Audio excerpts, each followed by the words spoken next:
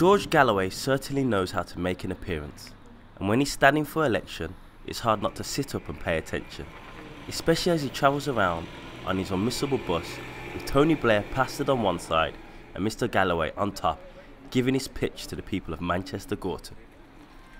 His pitch was unique because he attacked the Labour Party candidate Afzal Khan and the Labour Party's record in Manchester, but still remained supportive of Jeremy Corbyn and the Labour leadership.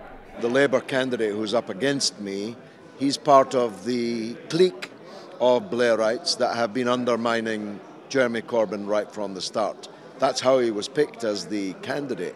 He was picked precisely for that purpose, to reinforce the anti-Corbyn forces inside the Parliamentary Labour Party. So, if I'm elected, I'll be sitting right next to Jeremy Corbyn.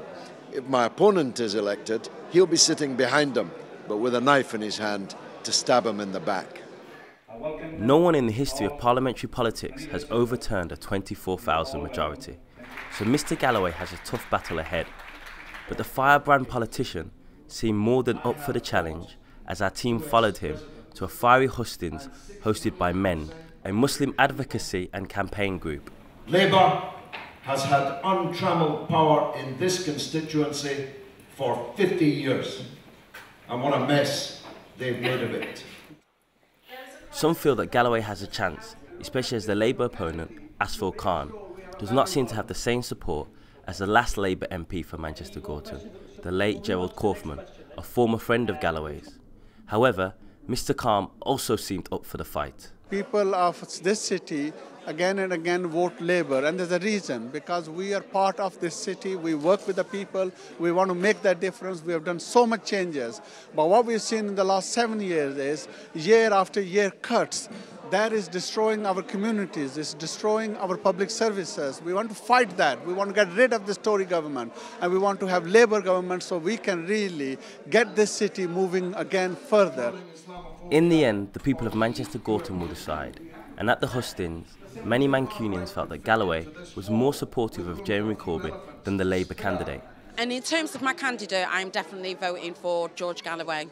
And that's because he stands for all the same kind of politics that I stand for, about the inequalities, the racism, the discrimination, and also as well, he's the only candidate that talks about standing up for Jeremy Corbyn.